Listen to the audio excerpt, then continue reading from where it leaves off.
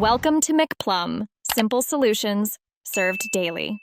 You begin by confirming prerequisites: a 5G-capable phone, active SIM, and a plan that supports 5G.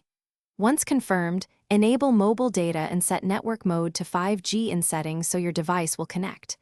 Make sure your billing and account are active. Open your carrier app or payment portal now.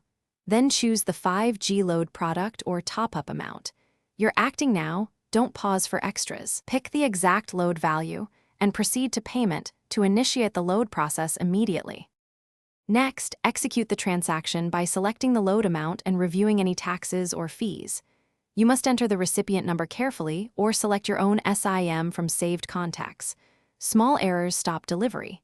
Once the number is correct, pick a payment method, card, e-wallet, or carrier billing, and complete authentication steps like PIN, OTP, or biometrics.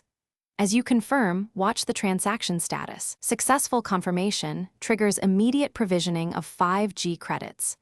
If pending, wait a moment. Finish by confirming the load landed. Check your account balance or SMS confirmation so you know 5G access is active. Once done, test a data session. If 5G doesn't appear, restart the phone or toggle airplane mode to force network re-registration.